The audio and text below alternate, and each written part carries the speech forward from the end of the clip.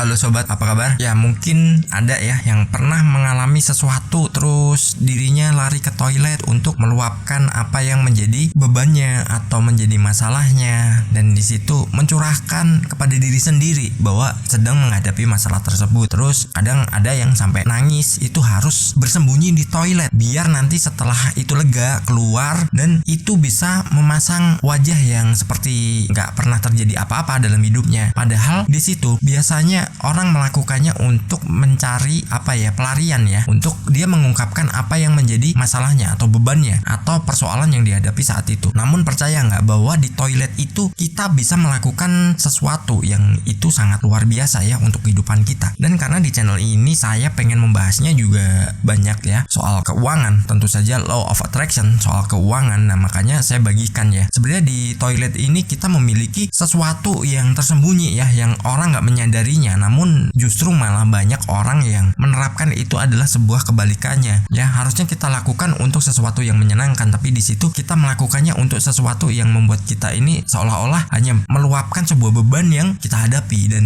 sedang kita alami. Ya itu nggak salah sih, terserah. Namun alangkah baiknya kita melakukannya itu untuk hal yang menyenangkan saja, hal yang membuat kita ini bertumbuh, membuat kita ini lebih maju dari kondisi sebelumnya, dan kita bisa berubah dalam kehidupan, terutama soal finansial. Nah, mengapa di channel ini saya juga mengisi soal uang lagi? Karena saya pengen mengangkat bagaimana sih merubah pola pikir kita untuk mendapatkan kebebasan finansial, dalam artian ya nggak bebas-bebas banget terus seenaknya, bukan, tapi kita bisa melakukannya untuk memperbaiki kondisi kita. Dan beberapa alasannya adalah kita di dalam toilet itu adalah ranah yang pribadi dan itu jauh dari gangguan. Mungkin kalau teman-teman nih sedang ada masalah terus nangis di tempat umum atau di kamar atau di ruang tamu, jelas pasti ada yang lihat kan, pasti ada yang memperhatikan, dan itu membuat kita risih. Malah yang ada kita malah dimarahin, kita disalahkan, dan kita kadang malah justru nggak dihargai karena dianggapnya cengeng. Namun kita balik ke aja sekarang ya, untuk di dalam toilet kita ciptakan uang, bukan kesedihan, tapi kita ciptakan uang. Nah bagaimana kita menciptakan uang di dalam toilet? Nah itu sesuatu yang sangat luar biasa, sesuatu yang bisa merubah kondisi kita dan hidup kita. Yang jelas kita bisa menerapkan apa yang menjadi impian kita. Kita bisa berubah. Jangan dianggap toilet itu tempat yang kotor atau tempat yang memang hanya untuk melakukan ritual yang biologis ya, yang itu manusiawi banget. Toilet juga bisa menjadi tempat yang positif untuk kita menciptakan keuangan ya. Kita melakukan sesuatu perencanaan atau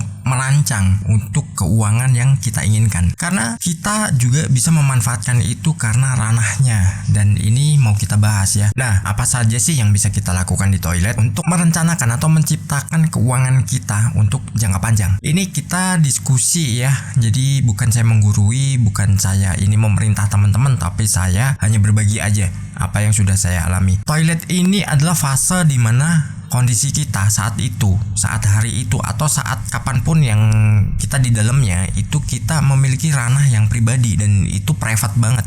Karena apa? Gak ada gangguan dari orang lain.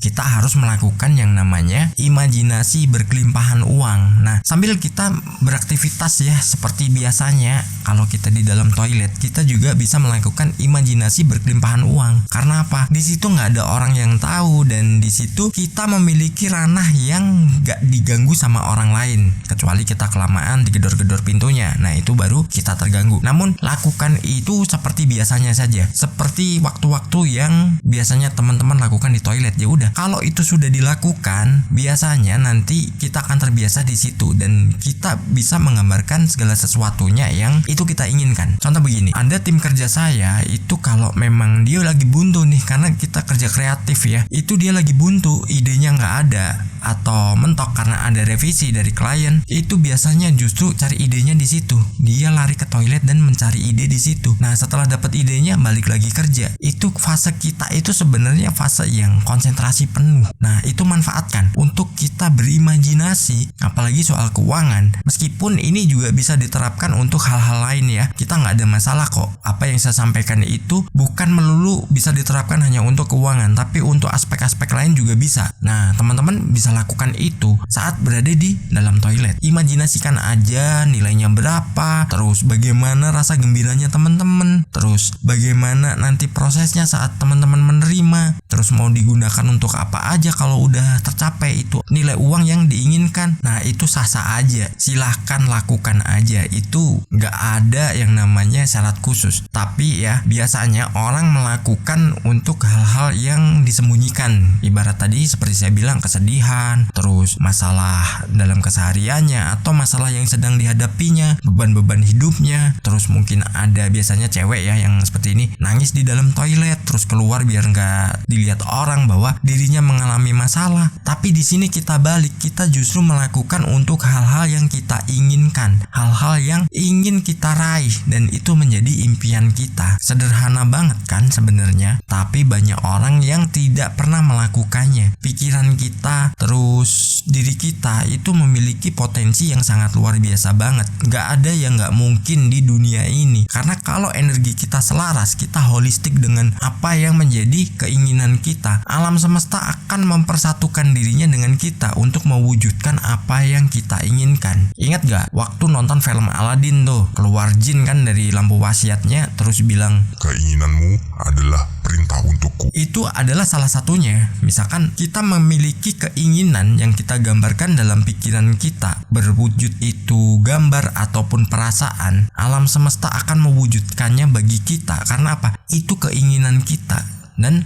alam semesta ini akan menarik atau dia menyesuaikan dirinya untuk mewujudkan semua itu. Lalu lanjut ya, kita juga bisa mencari ide untuk undang uang. Nah, ide-ide biasanya akan muncul di saat-saat kita lagi santai, relax ya. Ada nggak yang di dalam toilet itu uring-uringan? Kan nggak ada kan? Pasti relax kan, karena apa? Fokus.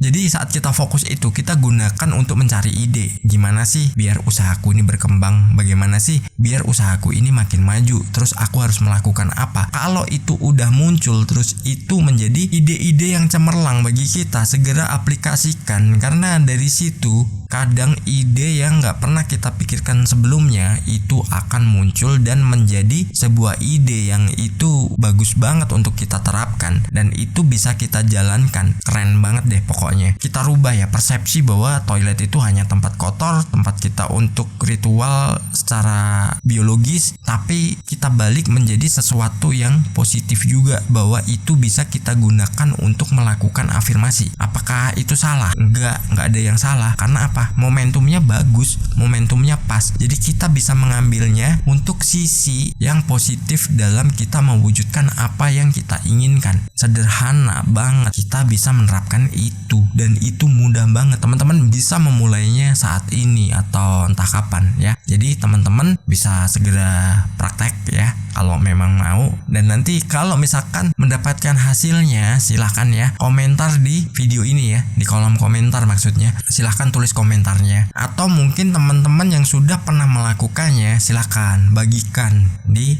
kolom komentar biar teman-teman yang lain juga belajar dari pengalaman teman-teman. Semoga terharu. Bye bye.